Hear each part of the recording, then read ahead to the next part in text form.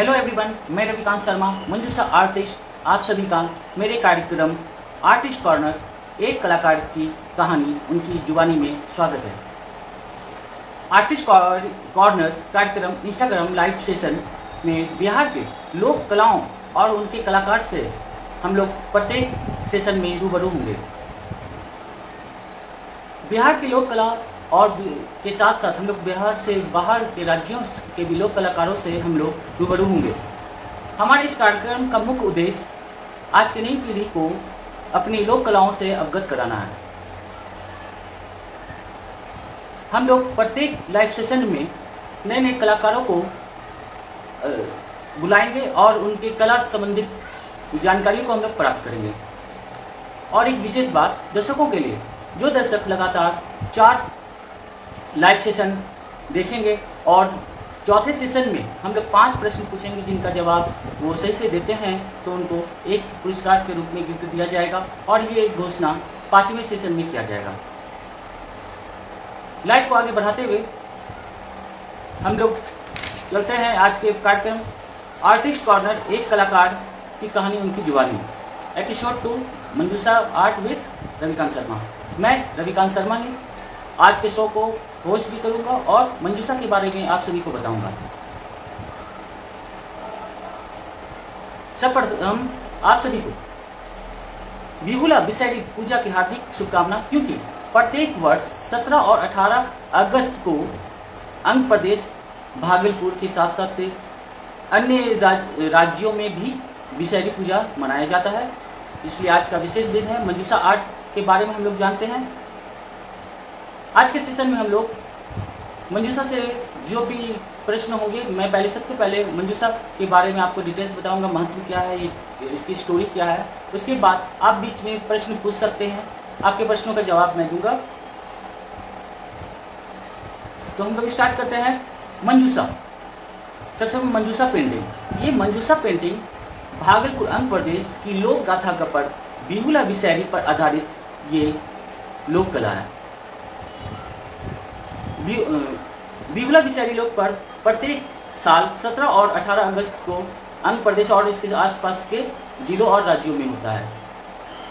बिहुला विषैली जो कि एक नारी शक्ति के कारण एक उदाहरण है, और इसमें ये दिखाया गया है किस प्रकार मनसा देवी, जो कि विषैली माँ है, जो कि शिव की मानस पुत्री है, उनकी पूजा और उनकी उत्पत्ति और उनकी पूजा किस प्रकार इस धरती लोक पे होती है, इस बारे में ये पूरी संपूर्ण गाथा है। साथ ही साथ बिहुला जो कि अपने सतीत्व के बल पे अपने पति के साथ साथ अपने 6 जेठ को भी जीवित करके लाती हैं। तो हम लोग विस्तार से देखते हैं। पहले मंजूषा के बारे में जानते हैं, मंजूषा पेंटिंग क्या है और मंजूषा को की सीमाएँ क्या हैं, ये जान लें। मंजूषा पेंटिंग में मुख्य रूप से 3 रंगों का प्रयोग होता है, हरा, गुलाबी और पीला। इसमें 5 बॉर्डर होते हैं, जो है त्रिभुजा, बेलपत, लहरिया, मोहा और सर्प की लड़ी। इस पेंटिंग में हम लोग ये देखेंगे कि इसमें 3 रंगों का ही प्रयोग होता है। साथ ही साथ इस पेंटिंग में हम लोग कुछ मोटिव्स बनाते हैं, जैसे नाग मणिहार, सूर्य, चंद्र, चंपा वृक्ष, मंजूषा, नाग कलश, नाग मणिहार, कमल पुष्प आदि। मंजूषा कला के कुछ मुख्य कैरेक्टर्स जिसको पात्र बोलते हैं, जिस पे यह आधारित चित्रकला है, जिसमें सर्वप्रथम मनसा देवी जो कि विषैली माँ है, उनके पिक्चर बनाए जाते हैं, उनके 5 बहन के पिक्चर बनाए जाते हैं। बिहुला का, चंद्रधर सौदागर, भगवान शिव, पार्वती और विश्वकर्मा जी आदि का चित्र बनाया जाता है। ये चित्र 2 डायमेंशन में होते हैं। इसमें अधिकतर ये दिखाया जाता है कि जो भी हमारा चित्र होता है वो हमेशा एक्स लेटर जो होता है उसके सिंबॉलिक रूप में होता है। मंजूषा कला का नाम मंजूषा कैसे पड़ा, ये जो है हमारे सती बिहुला और मनसा देवी की जो स्टोरी है उस पर आधारित है। तो सबसे पहले हम लोग जानेंगे कि मनसा देवी की उत्पत्ति कैसे हुई और इस लोक में उनकी पूजा कैसे हुई। ये एक छोटा सा आपको हम लोग कहानी के विस्तार से बताएंगे। आप एक पीछे पेंटिंग देख सकते हैं, ये पूरे मंजूषा का 9 आप देख सकते हैं, ये पूरा 9 ब्लॉक है जो कि पूरे गाथा को समेटे हुए है। हर एक पेंटिंग, मंजूषा का हर एक पेंटिंग जो है कुछ न कुछ स्टोरी बताता है। तो सर्वप्रथम हम लोग देखेंगे कि पहला कि आप लोग देख रहे होंगे भगवान शिव हैं और ये 5 कमल है। तो शिव जी, मनसा देवी की उत्पत्ति की कथा है कि जब एक बार भगवान शिव स्नान करने जाते हैं तो उनकी जटा से 5 बाल उठते हैं। वो 5 बाल 5 कमल में परिणत होते हैं और 5 कमल से वो 5 कन्या उत्पन्न होती है। जब भगवान शिव स्नान करके बाहर आने लगते हैं तो 5 कन्या उनको पिताजी से संबोधन करती हैं। तो भगवान शिव पूछते हैं कि हे कन्या, मैं आपका पिता कैसे हुआ, ये मुझे बताइए। तो 5 बहनें विस्तार पूर्वक बताया। तो फिर बोला, पिताजी आप तो हम पिताजी हैं, तो हमें माता जी से मिलवाइए। तो बोला, अच्छा ठीक है, तुम लोग जो स्वरूप में थी उसी स्वरूप में आ जाओ, कमल के रूप में आ जाओ। तो भगवान शिव अपनी झोला में 5 कमल को लेके चल दिए, कैलाश आए। तो उस दिन क्या हुआ, भगवान शिव को कुछ ध्यान मग्न करना था। तो वो पार्वती माँ से बोली कि हे देवी, इसे आप मत छूइएगा। तो कहा जाता है, ये पूरे कथा में कहा जाता है, तो पार्वती की पत्नी है, तो पत्नी को शक होता है कि आज तक महादेव ने कभी भी मुझे रोक टोक नहीं किया, तो ऐसा क्या है। जब उन्होंने झूला निकाला और उसको देखा तो उसमें 5 कमल है। वो 5 कमल जैसे निकलती है, 5 कमल तुरंत 5 कन्या के रूप में परिणत हो जाती है और वो बहुत सुंदर थी। तो वो माता माता बोलने लगी। तो पार्वती माँ उनको एक्सेप्ट नहीं करती है, बोलती है तुम मेरी पुत्रियाँ कैसे हो सकती हो। तो उन्होंने कहा कि हे माता, मैं आपकी पुत्री हूँ क्योंकि हमारा जन्म भगवान शिव मतलब पिता शिव जी के जटा से हुई है। तो वो विश्वास नहीं करती है। तो उनको एक देवी ने मूर्छित कर दिया। भगवान शिव को जब पता चला कि पार्वती को मूर्छित कर दिया गया है, तो भगवान शिव आए और बोले, हे पुत्रिया, तुम माता को मूर्छित क्यों किए। तो उन्होंने कहा कि पिताजी, मैंने बहुत तरह से माता को समझाया, लेकिन वो एक्सेप्ट ही नहीं कर रही थी कि हम लोग आपकी पुत्रियाँ हैं। तो बोले, देखो इन्हें मूर्छा अवस्था से ऊपर लाओ। तो जो 5 देवी थी वो मूर्छा अवस्था से वापस लाती है। इसमें 5 देवी जो है वो जया, माया, दुतिला, पद्मा और दुतिला भवानी थी। तो इनकी उत्पत्ति जो हुई, तो इनको सर्वप्रथम भगवान शिव ने कहा कि तुम आज से हमारी मानस पुत्री के रूप में विख्यात होगी, इसलिए तुम्हारा नाम एक मनसा भी होगा। जब ये पार्वती के पास आई तो माता पार्वती की जो मूर्छित थी तो वो विष था, तो उनको वो विष को वापस कर लेती है। तब माता पार्वती मूर्छा अवस्था से जीवित होती है, मतलब अचेत अवस्था से आती हैं। तो पार्वती समझ जाती हैं, तो अब उन्होंने उन्हें एक्सेप्ट कर लेती है और बोली कि हे कन्या, तुमने मेरे विष का हरण किया है, इसलिए आज से तुम्हारा नाम विषहरी होगा। और फिर 5 बहन को भगवान शिव वासुकी नाग के साथ नागलोक भेज देते हैं।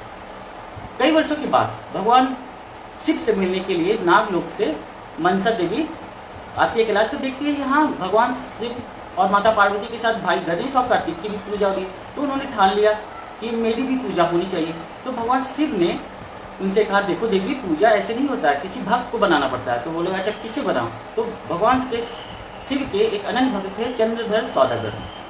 चंद्रधर सौदागर का ये जो है चंपापुरी, जो कि आंध्र प्रदेश चंपानगर में अभी अवस्थित है, उसका नाम बदल के है। तो वहाँ के एक बड़े सौदागर थे। वो शिव जी ने कहा कि अगर वो तुम्हारी पूजा दे देते हैं तो मृत्यु लोक में तुम्हारी पूजा प्रारंभ हो जाएगी। तो मनसा देवी चांदू सौदागर के पास आती हैं। आप देख सकते हैं फिगर, ये सेकेंड वाला यहाँ पे ये पिक है। ये मनसा देवी आती हैं चांदू सौदागर के पास, और चांदू सौदागर भगवान शिव की आराधना कर रहे थे। जब शिव की आराधना कर रहे थे तो देवी मनसा देवी आई, खड़ी रही। तो वो बहुत अनंत भक्त थे। तो मनसा देवी जब नागलोक में रहने लगी तो उनको नाग योनि का गुण आ गया। तो वहाँ पर से एक मेढक गुजर रहा था, तो उसने मेढक को खा लिया। ये देख के चंद्रधर और उनके प्रति निष्ठा कम हो गया और उनको पूजा देने से मना किया। तो बोल कि मैं किसी बैंक हॉकी की पूजा नहीं करूँगा। तो इससे क्रोधित होते कि जाओ, अगर तुम नहीं करोगे तो मैं तुम्हारे सारे व्यापार को नष्ट कर दूंगी। तो बोली, आपकी जो मर्जी है आप कीजिए। तो वो क्या करती है, जब उनके 6 बेटे के साथ 9 के साथ वो 9 का विहार करती हैं, तो वो सभी 9 डुबा देती है। 6 पुत्र उनका जो था वो डूब के मर जाते हैं और उनको भी डुबा देती है। तब उसके बाद मनसा देवी को ये लगता है जब चांदू सौदागर को भी हम डुबा देंगे तो हमारी पूजा कौन करेगा। तो वो क्या करती है, भगवान हनुमान जी से बोलती हैं और उन्हें बचा ले आती हैं। आप देख सकते हैं फिगर यहाँ पे आप देख सकते हैं हनुमान जी चांदू सौदागर को बचा के वो तक लाते हैं। इसके बाद कई वर्षों के बाद उनको एक पुत्र फिर से होता है जिसका नाम बाला लखेंद्र होता है, वो बड़ा होता है। उसके बाद उनके विवाह की बात होती है तो वहाँ मनसा देवी ही पंडित का रूप धारण करके आती है और बोलती है कि हे चांदो, तुम्हारे इस पुत्र की विवाह योग एक कन्या है उजानी नगर में जो वासु सौदागर की पुत्री है। तो उनका पता करके वो चांदो सौदागर अपने दो मंत्री धन्ना मन्ना के साथ उनकी खोज में निकलते हैं। वो एक पेड़ की छांव में बैठे हुए होते तो बगल में तालाब थे, वहाँ कुछ कन्याएं नहा रही होती हैं। उसी समय वृद्ध महिला का रूप धारण कर मनसा देवी वहाँ पे आती हैं और उनके साथ उनका बहस हो जाता है। तो इसको बहस को देख उसमें बिहुला को मनसा देवी श्राप दे देती है उस बुढ़िया रूप में कि जाओ, तुम्हारा जो है ना शादी की पहली रात ही तुम्हारा पति मृत्यु हो जाएगा। तो बिहुला बोलती है अगर मेरे में सतीत्व होगा तो मैं अपने पति को जीवित कर लाऊंगा। तो ये सुनते तो चांदू सौदागर सोचते हैं कि ये कन्या कौन है, ये पता करो, और ये अपने बल पे बोल रही है कि मैं अपने पति को जीवित कर लाऊंगा। तो पता चलता है जिस कन्या की खोज में ये आया है सिर्फ वासु सौदागर की ही पुत्री है। तो चंद्रधर सौदागर आते हैं, उनसे मिलते हैं कि बिहुला का एक परीक्षा लिया जाता है। परीक्षा क्या? लोहे के चना और कच्ची मिट्टी की घड़ा में पका के उसे खिलाने की शर्त रखते हैं। आप लोग जाने होंगे लोहे का दाल और कच्ची मिट्टी जो कि असंभव है सीजन पकना। तो फिर भी बिहुला जो है वो सत्य को मान लेती है और अपने सत्य के बारे में अपने इष्ट देवी को मानकर वो पका देती है और खिला देती है। और वहीं पे ये उजागर कर देते हैं चांदू सौदागर की देखो मेरे पुत्र को मनसा देवी ने एक श्राप दिया है और ये हमें धमकी दिया है कि जिस दिन तुम्हारे पुत्र की शादी होगी और उसी दिन पहली रात सर्पदंश करूँगा। तो बिहुला बोलती है कि मैं इसके लिए सज लूँ। फिर उनके लिए लोहे बांस का घर बनाया जाता है जिसमें किसी भी जीव जंतु का प्रवेश करना नहीं। ये भी भगवान विश्वकर्मा के द्वारा बनाया जाता है। और चंद्रधर सौदागर ये बोलते हैं कि कोई भी जीव जंतु ना प्रवेश कर सके तो ऐसा महल बनाइए जिसमें एक भी छिद्र ना हो। तो विश्वकर्मा जी ने उस तरह से लोहे बांस का घर बनाया जिसमें उस रात को बाला लखेंद्र और बिहुला रहने वाली थी।